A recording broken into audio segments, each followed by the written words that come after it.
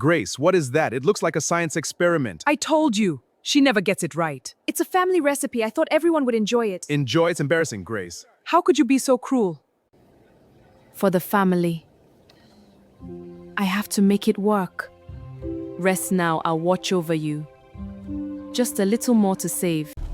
What in the world is this? Those cars are so fancy. Who is that? Look at the dust! Everyone, stay calm, let's see. Grace, my daughter. Father, is it really you? It is, and I am so grateful to see you. I never thought I'd see you again. I am here now. Grace, your sacrifices and generosity humble us all. You gave selflessly while we mocked you. We were blind to your true heart. Now, we honor you. The laughter started before Grace even sat down. Look who's here. Cousin Evelyn smirked as she adjusted her expensive necklace, 52 years old and still single.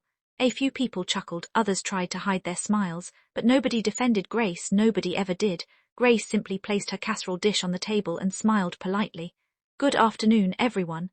Annual family reunion was being held at her younger brother Michael's house. A large white tent covered the backyard. Children ran around, music played softly, food covered several long tables. To anyone looking from outside, it seemed like a happy family gathering. But Grace knew better. For almost 30 years, these reunions had become a yearly reminder of what everyone believed was her greatest failure. She had never married, never had children, never wore a wedding ring, and according to many members of her family, that meant she had somehow failed at life. Grace, Evelyn said loudly enough for everyone to hear. When are you finally going to settle down? The table erupted with laughter. Someone added, maybe she's waiting for Prince Charming. Another voice replied, at 52, he might need a walking stick. More laughter. Grace felt the familiar sting, but she kept smiling because there was no point arguing. People only saw what they wanted to see. They saw a woman living alone in a modest house, a woman who drove an old car, a woman who spent most weekends volunteering. What they didn't see was everything she had sacrificed. 28 years earlier, Grace's life had been very different. At 24, she had been engaged. Her fiancé, Daniel, was kind, hardworking, and deeply in love with her. They had plans, a wedding, a home, children, a future. Then tragedy struck. Their parents were killed in a car accident just 3 months before the wedding. Overnight, Grace became responsible for her 3 younger siblings. Michael was 14, Anna was 12, Jacob was 9. The insurance money barely covered funeral expenses. There were no wealthy relatives rushing to help. No secret inheritance, nothing, just 3 frightened children looking to their big sister for answers. Daniel had offered to help. He even suggested they move forward with the wedding. But Grace knew the reality. Every spare dollar would go toward raising her siblings. Every decision would revolve around them. She sat with Daniel one evening on a park bench, both of them crying. I can't ask you to wait for me. Daniel squeezed her hand. I would wait forever. But Grace shook her head. No, you deserve a life too. A month later, they ended the engagement. It broke both their hearts. After that, Grace devoted herself entirely to raising her family. She worked 2 jobs, sometimes 3. She skipped vacations, skipped dates, skipped dreams. When Michael needed tuition, Grace paid it. When Anna wanted nursing school, Grace paid it. When Jacob got accepted into university, Grace paid it. Every achievement they celebrated came from sacrifices nobody saw. Years passed. The children grew up, built careers, got married, had children of their own, and slowly. Everyone forgot, not intentionally, just conveniently. People remembered their success, but not the woman who made it possible. Back at the reunion, Michael raised a glass. Let's celebrate family. Everyone cheered. Grace smiled softly, then Evelyn spoke again. You know, Grace, I still think it's sad. Crowd quieted. What is? Grace asked. That you spent your whole life alone. Several heads nodded. Evelyn continued. A woman should have a family of her own. The words landed heavily. Even Michael looked uncomfortable. But he said nothing. Grace lowered her eyes, not because she was ashamed, because she was tired of explaining, tired of defending a life she never regretted. Then something unexpected happened. A black SUV pulled into the driveway. The music stopped, people turned. A second SUV followed, then a third. The gathering fell silent. Several men stepped out wearing dark suits. The family exchanged confused looks. What's going on? Someone whispered. One of the suited men walked directly toward the tent. His eyes scanned the crowd, then stopped. MS Grace Thompson. Grace stood. Yes, the man smiled warmly. We've been looking for you. Confusion spread across every face. What is this? Michael asked. Before anyone could answer, another vehicle arrived. This one was even more impressive.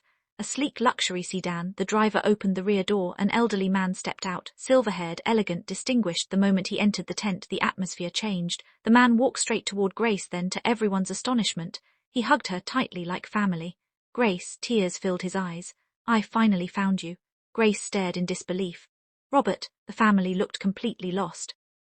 Who was this man? Why was he hugging Grace? And why did he seem so emotional? Robert smiled. "I can't believe it's really you." 30 years earlier, Robert had been homeless, sleeping in shelters, struggling to survive. One rainy evening, Grace had found him sitting outside a bus station. Cold, hungry, hopeless, most people walked past him. Grace stopped. She bought him dinner, then another, then another. Eventually she helped him enroll in a community college program, quietly paying fees he could not afford. Never asking for repayment, never telling anyone, years later Robert launched a small software company. That company became larger, then larger still. Eventually it became one of the biggest technology firms in the country. Today, Robert was worth billions. The entire reunion sat frozen. "You paid for his education," Evelyn whispered. Grace nodded. "It wasn't much." Robert laughed. "It was everything." Silence, absolute silence. Then Robert turned toward the crowd. "I spent years searching for her." He looked at Grace. "Do you know how many times I asked people about you?" Grace shook her head. "Hundreds." The family watched in stunned disbelief. Then Robert continued. 3 years ago I created a foundation." He paused. "It currently manages over $400 million. Gasps erupted around the tent. Robert smiled. "I always planned for Grace to lead it." Nobody moved, nobody spoke. The same people who had mocked her minutes earlier now stared as if they were looking at a stranger. But Robert wasn't finished. He turned toward Grace. "Board approved everything last month." Grace blinked. "What?"